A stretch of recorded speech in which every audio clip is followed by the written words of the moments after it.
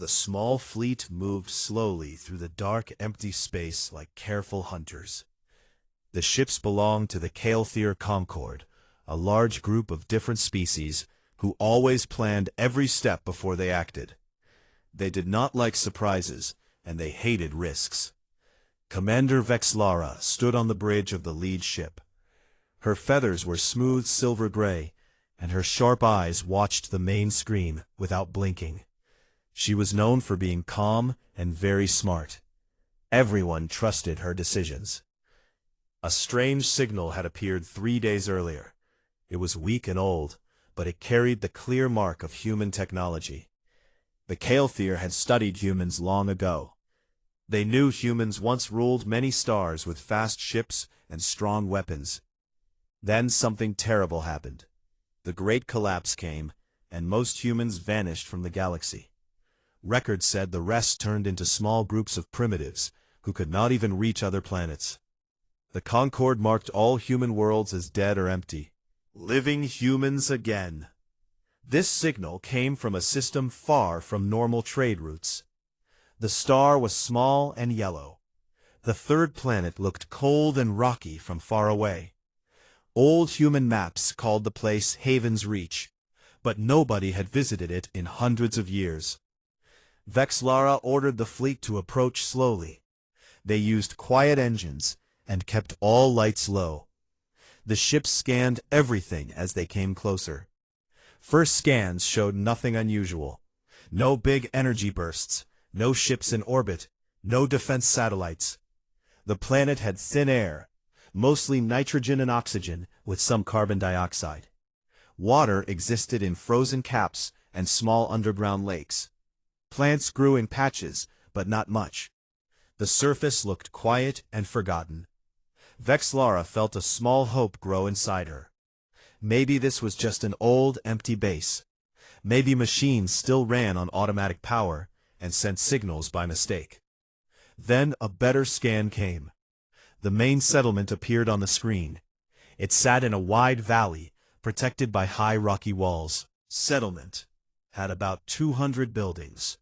Most were low domes made of strong metal and thick plastic. Some looked like homes. Others looked like farms or workshops. Lights glowed softly in many windows. Power still flowed after all this time.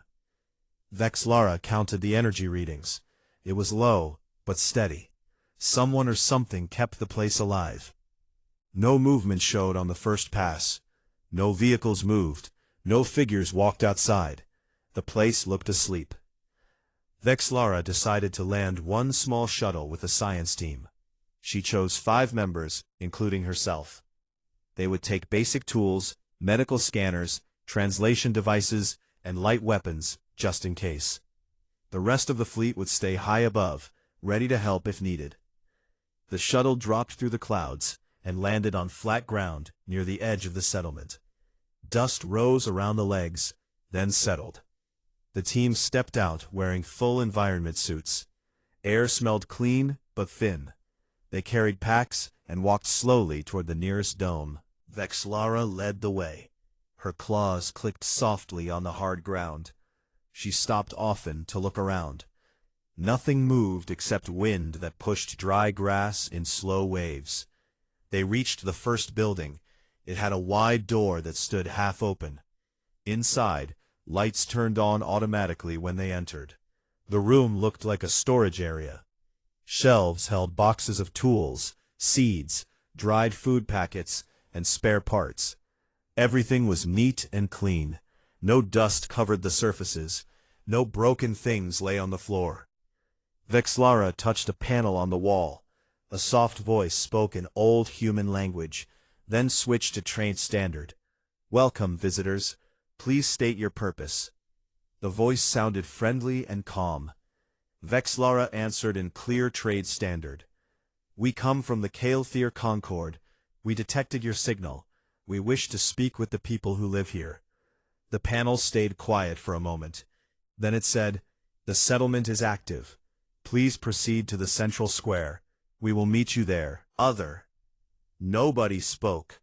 They felt surprise mixed with caution. This was too easy. No fear, No demands, no weapons pointed at them. They walked out and followed a wide path between the domes. The path was made of smooth stone, and it led straight to the middle of the settlement. Trees grew along the sides. Small flowers bloomed in neat rows. Someone took care of this place every day. When they reached the central square, they saw people for the first time. About 20 humans stood in a loose circle, men and women. Some were old with gray hair. Others looked young and strong. A few children peeked from behind adult legs. Everyone wore simple clothes made of local fabric. Colors were brown, gray, and green. All faces looked calm. No one held weapons. No one looked scared. A woman stepped forward. She was tall, with short dark hair and strong shoulders. Her eyes were bright green. She smiled in a small, careful way. "My name is Mara Voss. I speak for this colony. Welcome to Haven's Reach. We have waited a long time." For visitors from outside, Vexlara removed her helmet slowly. The air felt cool on her face. She bowed her head a little in the Kael'thir way of respect. "We are honored to meet you. We thought humans no longer lived in this part of space." Mara nodded. "We are the last of our ship. The rest of the fleet never arrived. We made this place our home. It was hard at first, but we learned to survive." The team felt relief wash over them. This was a real living colony. Not ghosts, not machines, not ruins. Real people with voices and smiles. Vexlara asked many questions. "How many live here? How do you grow food? Do you need medicine or tools?" Mara answered everything clearly and without hurry. She invited them to a large building for food and rest. The humans brought warm bread, fresh fruit, and clear water. Everything tasted good and clean. As night came, the team sat around a table with the humans. Lights glowed softly overhead. Stories were shared. The Kael'thir told about the big galaxy with many lives, species, and peaceful trade. The humans listened and asked smart questions. They seemed interested, but not amazed. Vexlara noticed something strange. Their hearts beat slow and steady. Their breathing stayed even. No hands shook. No eyes darted around. These people showed no fear at meeting aliens for the first time. Later, when the team walked back to their shuttle, a young scout named Lyra went to collect soil samples near the edge of the settlement. She carried a small scanner and a light. Vexlara told her to stay close and return soon. Lyra waved and disappeared behind a low hill. Time passed. Lyra did not come back. Vexlara sent 2 others to find her. They searched with bright beams and called her name. No answer came. They found only pieces of her suit, torn and scattered on the ground. Deep claw marks cut into the hard soil. The marks were huge and fresh. Something very large had been there, something with sharp claws and great strength. The team ran back to the settlement. Mara and the others waited in the square. Their faces looked calm. Vexlara showed them the pieces and the marks. Mara looked at the ground for a long moment. Then she spoke in a quiet voice. "That happens sometimes. The night brings things from the outer valleys. We try to keep them away, but some still get close." Vexlara felt cold under her feathers. "What kind of things?" she asked. Mara met her eyes and answered, "Things we made long ago, things that did not work the way we wanted." The wind blew harder and carried a low sound from far away. It was not an animal cry. It was deeper and rougher, like something angry waking up. The humans did not move. They just stood and listened. Vexlara ordered her team to stay together and keep weapons ready. Night covered the valley completely. The lights of the settlement glowed like small stars against the dark. The Kael'thir team waited inside a safe dome, with doors locked. They talked in low voices about what they had seen.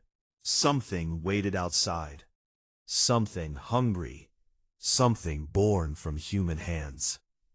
Vexlara stared through a window at the dark hills. She knew the real story had only started. The signal had brought them here, but now she wondered if they should have stayed away. The humans smiled and offered food. But behind those smiles lay secrets. Secrets guarded by monsters in the night. Morning light came soft and pale over the valley. The settlement woke slowly. Doors opened quietly. People walked out to tend gardens, check water lines, and feed small animals. The Kael'thir team left their safe dome early. They carried fresh scanners and recording devices. Vexlara wanted more answers. She wanted to understand how this small group stayed alive for so long in such a lonely place. Mara Voss waited for them in the central square. She wore the same simple clothes as yesterday. Her green eyes looked steady and kind. "Good morning," she said. "We prepared breakfast. Come sit with us." The humans had set long tables outside under wide canopies. Fresh bread steamed in baskets. Bowls held bright red berries and slices of yellow fruit. Cups held hot clear liquid that smelled like herbs. The team sat down carefully. They removed helmets again to show trust. Vexlara spoke first. "Thank you for your kindness. We have many questions about your colony. How many people live here now?" Mara answered. 23 adults and 9 children. That is all who remain. Our numbers stay small because the world outside is hard. The others nodded in agreement. A tall man with scars on his arms added, "We lose people sometimes, but we keep going." The Kael'thir shared their own food packs, small nutrient bars, and dried fruit. The humans tasted them politely and smiled.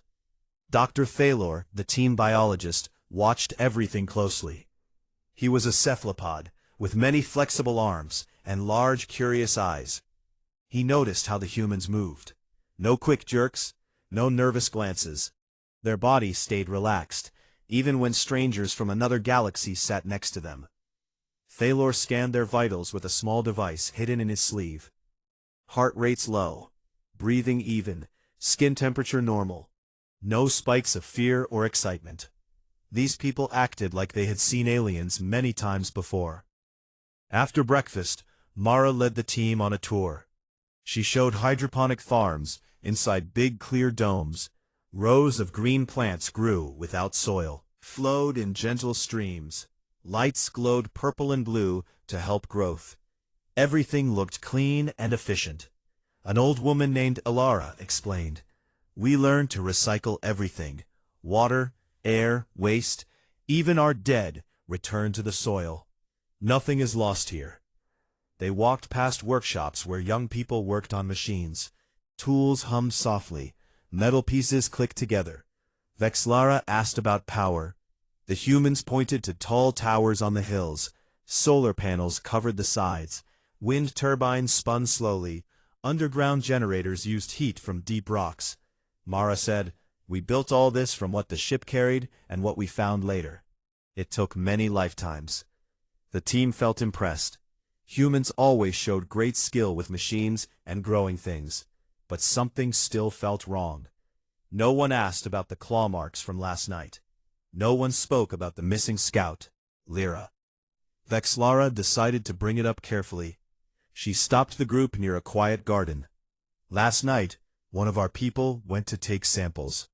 She did not return. We found only torn suit pieces and large marks in the ground. Can you tell us what happened?" Mara looked at the ground for a moment, then met Vexlara's eyes. "Yes, that was a night prowler. They come close sometimes. We try to keep barriers strong, but one slipped through. We are sorry for your loss." Vexlara felt anger rise, but kept her voice calm. "What is a night prowler?" Mara answered, "It is one of the older forms, something we tried to use for protection long ago. It did not obey well, so we stopped making more. The ones left sometimes escape the outer fences." Thaler asked more. "Do these creatures attack often?" Mara shook her head. "Not often. We train the younger ones to stay away from the settlement. Most listen." The team exchanged looks. Younger ones, more forms. The words sounded like the humans made these monsters on purpose. Vexlara wanted proof, but she knew pushing too hard now would close doors. She changed the subject. We brought medical tools, perhaps we can help with any sickness or injuries? Mara smiled. That would be welcome. Some of our children have weak lungs from thin air. We would like your help. The humans led them to a small medical building. Inside, beds stood clean and ready. Shelves held jars of herbs and simple bandages. A young girl sat on one bed, coughing quietly. Thaylor examined her gently. His scanners showed low oxygen damage, but nothing deadly. He gave her a breathing treatment from their supplies. The girl smiled after a few minutes. Thank you, she whispered. As the day went on, the Kael'thir shared more technology. Small lights that never needed batteries, water purifiers that worked fast, translation earpieces so everyone could speak easily. The humans accepted everything with thanks, but no great surprise. They tested the devices, learned quickly, and used them right away. Vexlara watched a boy no older than 12 take apart a light tool, then put it back together perfectly. He did it faster than most Kael'thir trainees. Evening came with purple shadows across the valley. The team prepared to return to their shuttle for the night. Mara invited them to stay longer. We have extra rooms. You do not need to sleep in metal boxes. Vexlara thanked her, but said they preferred their own ship for now. Safety rules, she explained. Mara nodded understandingly. Of course, we will see you tomorrow. Before they left, Thaylor asked one last question. Your people show no fear when meeting us. Why is that? Mara looked at him for a long time. Then she said, we knew others lived out there. We read old books and watched old recordings. We waited for the day someone came. We prepared ourselves. That is all. The team walked back to the shuttle in silence. The valley felt bigger now. Hills rose dark against the sky. Wind carried strange smells, metal and rot, and something alive. The shuttle lifted quietly and flew to the main ship high above. Vexlara reported everything to the fleet captain. The colony lives. They are healthy and smart, but they hide something. The captain ordered more scans and a second team for tomorrow. That night Vexlara could not rest. She stood on the observation deck and looked down at the glowing settlement. Lights moved slowly between domes. People walked paths in pairs. Some carried tools, others just talked. The place looked peaceful, too peaceful. She remembered the torn suit pieces and the deep claw marks. Something hunted in the dark, something the humans created and could not fully control. On the ground below the settlement, a low growl rolled across the valley. It came from far away, but carried clear through the thin air. The humans in the square stopped talking for a moment. Then they continued, as if nothing happened. One man patted a small device on his belt. It glowed once, and the growl stopped. The night became quiet again. Vexlara turned away from the window. Her feathers ruffled slightly.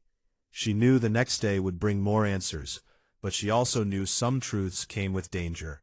With open hands, yet behind those hands, waited shadows.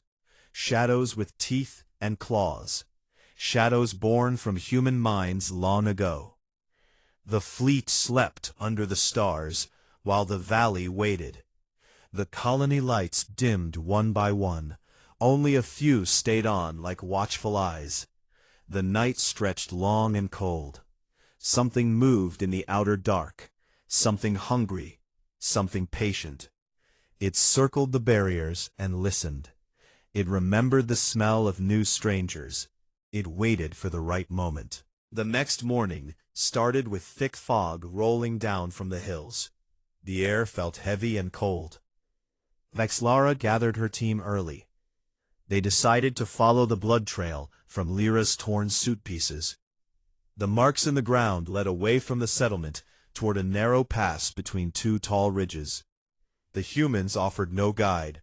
Mara only said, "Be careful out there. The older forms do not like strangers." The team moved on foot to stay quiet. They carried heavy scanners, bright lights, and stronger weapons this time. Thalor led the tracking. His many arms held sensors close to the soil. The claw marks grew deeper as they walked. They saw broken branches, crushed rocks, and dark stains that smelled like iron and acid. The trail climbed steadily. The fog thinned as they rose higher. Sunlight broke through and showed a wide valley on the other side. When they reached the ridgetop, everyone stopped, breathing hard. The view below stunned them. The valley stretched far in every direction. It looked like a battlefield from a nightmare. Hundreds of huge bodies lay scattered across the ground. Some stretched 30 meters long, others smaller, but thicker, with many legs and armored shells. Most looked dead. Rotting flesh hung in strips. Bones poked through skin. Metal pieces glinted in the light. Implants and wires stuck out from skulls and spines. Some corpses still had restraint collars locked around thick necks. Others showed long surgical scars where parts had been joined together. Thalor walked forward slowly. His tentacles touched one body. It felt cold and hard under the scales. He scanned it. The results made his eyes widen. This creature has 5 hearts, 2 brains. One pumps fast blood, the other slow poison glands. Its skin can change color to hide. Its claws secrete acid that melts most metals. These things were built, not born. Vexlara moved to another corpse. This one had machine parts fused into its back. 6 legs ended in sharp hooks. A metal plate covered one eye socket. Wires ran from common simple bones. The plate into the skull. She found words carved on the plate. Rejection Batch 7, failed control. The date looked old, centuries old. She felt cold fear crawl up her feathers. These were not wild animals. These were experiments gone wrong. The team spread out. They counted over 400 bodies.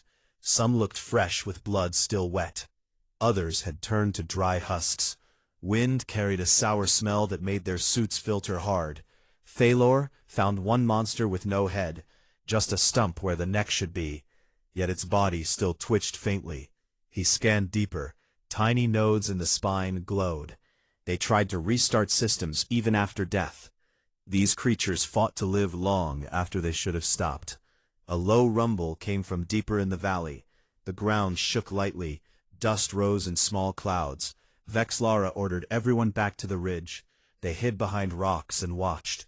20 humans walked up the same path. They carried no weapons, only small packs and handheld devices. Mara Voss led them. She stopped at the edge and looked over the graveyard. Her face showed no shock, no sadness, just calm acceptance. The humans spread out along the ridge. They placed small boxes on the ground. Devices hummed softly. Lights blinked in patterns. Mara spoke loud enough for the team to hear. This is the rejection field. Everything we tried to make turned against us in the end. We bring the failures here. We let time take them. Vexlara stepped out from cover. Why do you keep them here? She asked. Mara turned to face her. Because we learn from mistakes. Every body teaches us something. New ways to control, new ways to kill, new ways to survive. We do not waste knowledge, even when it hurts. One young human, a boy with short hair, walked to a fresh corpse. He knelt and cut a sample from its leg with a small blade. He placed the sample in a sealed tube. Then he looked up at the Kael'thir and shrugged. We keep trying new designs. The old ones just do not listen anymore. Thalor asked more questions. How many types did you make? How many escaped? Mara answered, hundreds of types, over generations. Some for hunting, some for digging, some for thinking too much. The thinking ones were worst. They learned to hate us. We had to end them all. The boy added, some still live out there. The loyal ones. We use them to guard the edges. The disloyal ones end up here. Vexlara felt sick inside her stomach. These humans did not just survive monsters. They created them. They shaped life like clay. They broke it when it did not obey. She looked at the valley again. Bodies lay in rough rows, some grouped by size, others by type. It looked organized, like a museum of failure, a library of dead experiments. A wind gust carried a deep growl from far below. One of the larger corpses moved. Its chest rose once, then fell. The team froze. Mara raised a hand. Easy. It is just settling. Rigor sometimes fools the scanners. Nothing lives here anymore. But Vexlara saw the lie in the slight tremble of the body. Stirred. Not much, but enough to show life lingered in pieces. The humans knew it. They watched the valley like farmers watching fields. They did not fear the dead. They feared only the ones still walking. The team stayed on the ridge for hours. They recorded everything, scanned bodies, took tissue samples, measured weapons, implants. The humans did not stop them. They answered questions when asked. They even pointed out interesting failures. One monster had wings that never worked. Another had too many eyes and went blind from overload. A third grew armor so thick it could not move and starved. As sun moved lower, Mara called her people back. We have work in the settlement. Come if you want to talk more. The humans walked down the path, leaving the Kael'thir alone with the dead. Vexlara ordered her team to gather samples fast. They filled cases with flesh, metal, bone, and wire. They needed proof for the Concord. This was no simple lost colony. This was something darker. Has Thalor spoke quietly. These humans did not wait for the galaxy to give them tools. They made their own.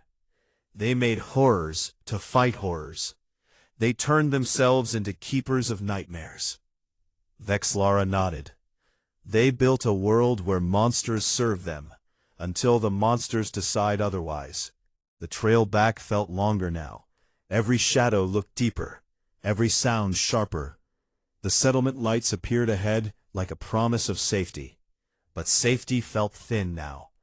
The humans welcomed strangers with smiles, yet they lived surrounded by graves, full of things they created, full of things that once tried to kill them. Night fell fast. The valley grew dark behind them. Growls rolled up from the rejection field, soft at first, then louder. The humans in the settlement did not look worried. They lit fires, cooked food, talked in low voices. One woman sang a quiet song about lost stars. The children listened with wide eyes. None of them glanced toward the hills. None of them showed fear.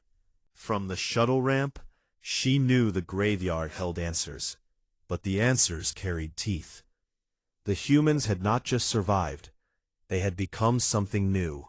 Something that shaped life and death with steady hands. Something that looked at monsters and said, "Not good enough. We will make better ones." The stars came out cold and bright. The colony slept under them, peaceful on the surface, deadly underneath.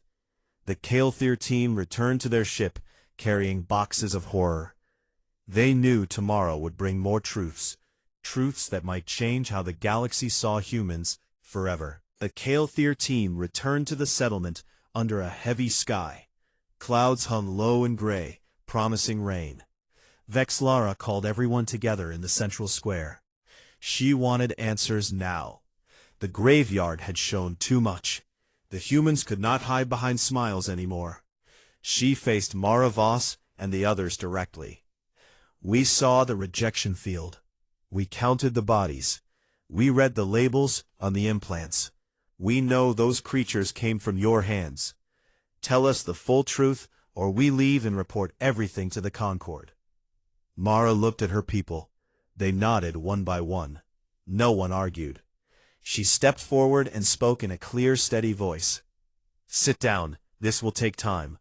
We owe you honesty after what you found." The humans brought chairs and set them in a wide circle. The Kael'thir sat. Thalor kept his scanners ready to record every word. Vexlara stayed standing. She wanted to watch faces closely. Mara began. "Our ship left Earth before the Great Collapse. It carried settlers, scientists, and many secret programs. One program was xenobiology. We planned to change worlds fast. We wanted animals that could live anywhere, breathe any air, eat any poison, fight any enemy. The ship held gene banks, frozen embryos, machines to grow and shape life. We dreamed of helpers, not weapons. The crash changed everything. Engines failed. We hit the surface hard. Half the people died. Supplies burned. Most machines broke. We had no way home. No rescue signal reached anyone. We were alone on a world that wanted us dead. Cold winds, thin air, poor soil, poison in the water. Plants grew slow. Animals stayed small and weak. We starved. We froze. We sickened. The leaders decided to use what remained. They opened the gene banks. They grew the first batches. Simple things at first. Stronger muscles, faster healing, thicker skin. The new creatures helped. They pulled plows. They guarded camps. They hunted food. We survived the first years because of them. But survival cost us. We pushed harder. We mixed genes. We added machine parts. Them smarter. We made them tougher. Not all obeyed. Some grew too fast. Some learned to think beyond orders. Some turned on us. The first attack came at night. A pack of early forms broke fences. They killed 12 people before we stopped them. We fought with fire and blades. We had no bullets left. We won, but we lost more. We buried our dead. We studied the bodies. We learned what went wrong. We made new batches with better controls. Years turned to decades. Generations passed. We kept improving. We built neural links so we could speak to their minds. We used pheromones to calm them. We trained them with pain and reward. The loyal ones became our shields, our workers, our companions. The disloyal ones, we ended. We dragged them to the valley. We called it the rejection field. It became our lesson book. Every failure taught us how to make the next one better. Thalor interrupted. How many generations? How many types? Mara answered, too many to count. Thousands of tries, hundreds that worked for a while. Dozens that still serve us now. The current guards are the best. We link to them through implants in our skulls. They feel what we feel. They obey because they must. If one slips, we know instantly. We correct it or we destroy it. Vexlara asked about the graveyard. Why keep the bodies? Why not burn them? Mara said, we burn what we can. But some do not burn easy. Acid in the blood, metal in the bones. We let them rot because rot shows us decay patterns. We take samples. We test new toxins on old flesh. We learn how long life lingers after we think it gone. Knowledge is our only weapon here. We do not waste it. A young woman named Kira spoke next. She had short hair and steady brown eyes. We 23 adults are the last controllers. Our parents taught us the links. Our children learn them young. If we die, the links break. The guards go wild. They turn on everything. We keep our numbers small on purpose. Too many minds confuse the signals. We stay sharp. We stay few. We stay alive. Weight of the words. These humans had not just survived. They had chained their nightmares. They lived every day with monsters on leashes. Monsters they designed. Monsters that could break free any moment. She asked one more question. What happens if the controls fail completely? Mara met her gaze then. If that day comes, we fight. We have fallback plans. Buried bombs, sonic walls, toxin sprayers. We have never needed them fully, but we test them every season. We prepare because we know our creations hate us deep inside. They remember every cut, every cage, every kill order.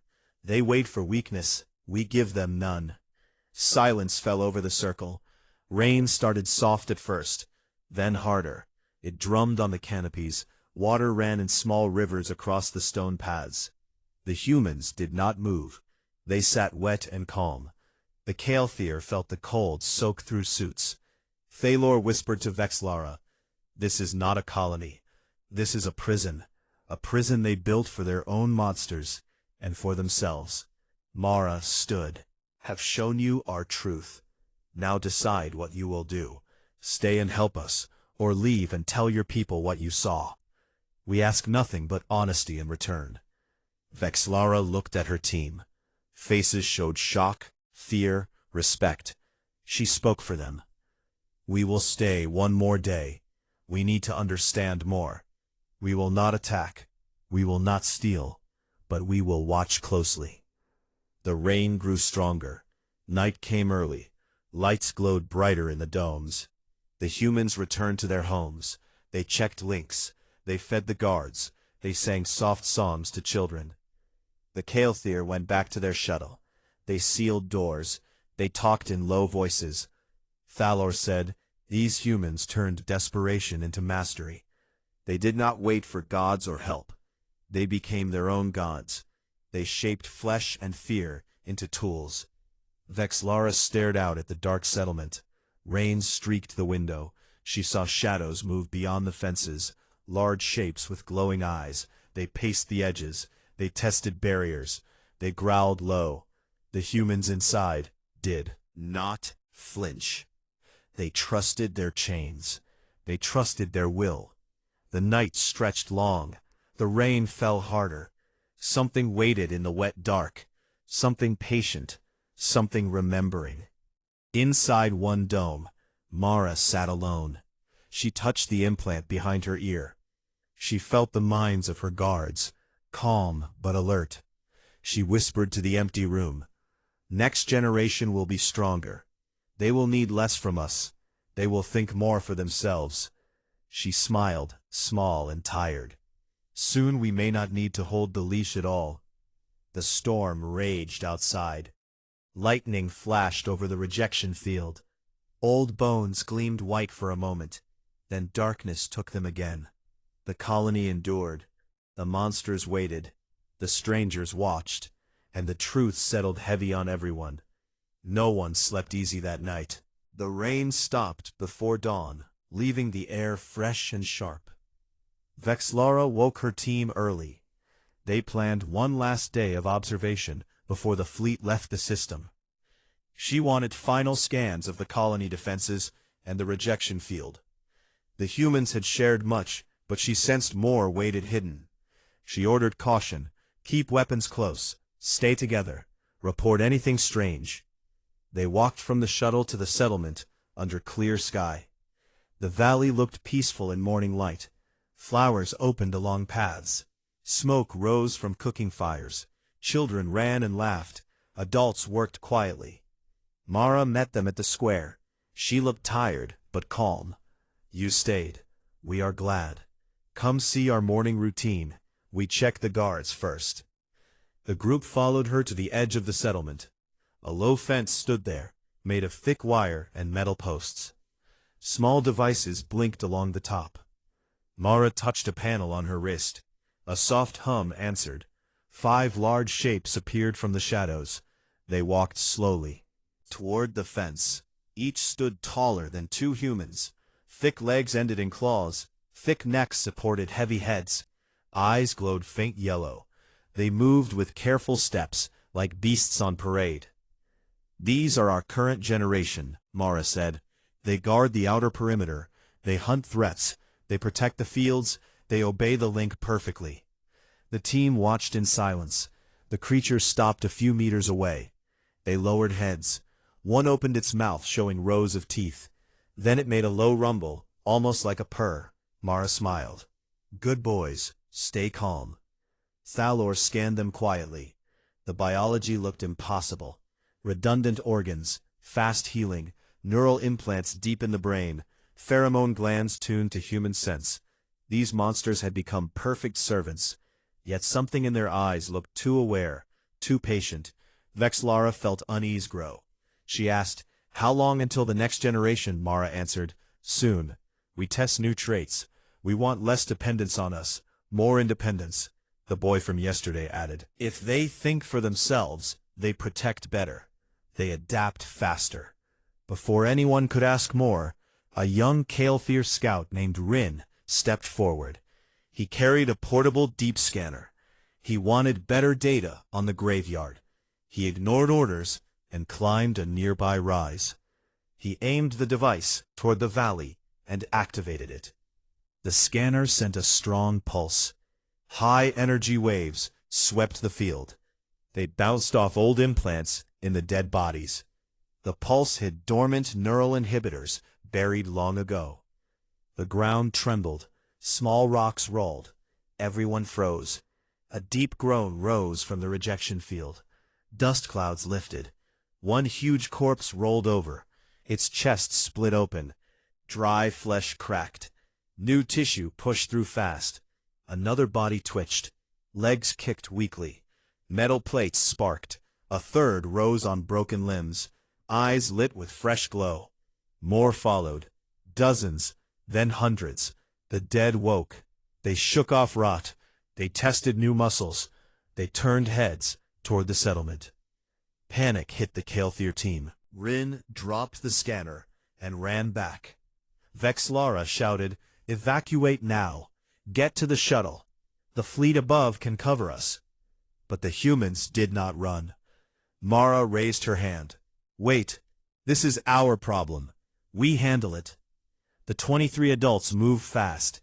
They pulled small devices from belts. They activated buried emitters along the valley edge. Low-frequency waves rolled out. Sonic disruptors hummed. Toxin sprayers hissed clouds of green mist. Pheromone bombs burst, releasing sharp scents. The risen monsters staggered. Some fell back, clutching heads. Others roared and charged. The loyal guards met them head-on. Claws met claws. Teeth sank into necks. The humans directed the fight like conductors. One woman pointed, and a pack of smaller bioforms rushed from the fences. They flanked the horde, tearing at legs and throats. A man with gray hair touched his implant and sent a kill command. 3 large risen beasts froze, then collapsed twitching. Mara stood at the front line. She held no weapon, only her mind linked to the guards. She spoke commands through the link, directing movements. She sent one group to block the left ridge, another to harry the center. She moved calm and sure, even as monsters roared past her. A huge risen form lunged at her. One of her guards intercepted it, slamming the beast to the ground. Claws ripped through flesh, but the guard held firm. The Kael'thir watched in horror and awe. These humans fought without fear. They used monsters against monsters. They turned the valley into a controlled battlefield. Traps sprung, hidden pits opened, swallowing charging beasts. Acid sprayers burned exoskeletons. Sonic walls crushed skulls. The fight lasted less than 1 hour. One by one the risen fell again. This time bodies stayed still. Implants sparked and died. Flesh stopped moving. When the last monster dropped, silence returned. Smoke rose from scorched ground. Blood pooled in dark patches. The loyal guards limped back to the fence. Some bled heavily. Others carried wounds that already closed. Walked among them. She touched each one. She checked links. She whispered thanks. The humans gathered their tools. They began cleanup. They dragged smaller pieces to burn pits. They scanned for lingering threats. Vexlara approached Mara slowly. "You stopped them." How Mara wiped sweat from her face. "We prepared for this. We built failsafes. We train every season. The pulse woke old codes, but we have stronger overrides. We always plan for failure." The boy added, "We lost 2 guards today. We will grow new ones, stronger ones." The team felt shaken. The Kael'thir had seen battles before, but never like this. Humans did not flee. They did not beg for help. They stood and fought with what they made. They won because they understood their creations better than anyone. Thalor whispered, "They do not just endure monsters. They manufacture better ones. They improve them. They control them. They kill them when needed." As sun climbed higher, the fleet received orders to depart. Vexlara filed the final report to them. Concord. 1 line only. Humanity survives. Recommend extreme caution. They do not merely endure monsters. They manufacture better ones. The ships powered engines and lifted away. They left the valley behind. They carried recordings, samples, memories that would change how the galaxy saw humans. On the ground, Mara stood at the valley edge. She looked at fresh corpses mixed with old ones. Smoke still curled from burn pits. She touched the implant behind her ear. She felt the minds of the remaining guards, tired but loyal. She murmured to the quiet air, "Next time we will make something that does not need us at all. Something that chooses to protect us. Something that thinks like us, but stronger." The children ran back to their games. Adults returned to work. Gardens waited. Fields needed tending. The settlement lights would glow again tonight. The barriers would hold. The links would stay strong. The rejection field grew a little larger. But the humans walked on steady steps. Their blood, in their minds, in their hands. They had beaten their own nightmares again, and they would keep beating them until nothing could threaten them anymore. The stars watched from above, cold and distant. The colony endured, small and fierce. In a universe that once thought humans gone, the truth spread slow through the concord. Ships whispered warnings. Traders avoided the fringe system. Explorers turned away. But somewhere in the dark, a new story began. One of humans who did not just survive. They remade the rules. They made monsters kneel. They looked at death and said, "Not today."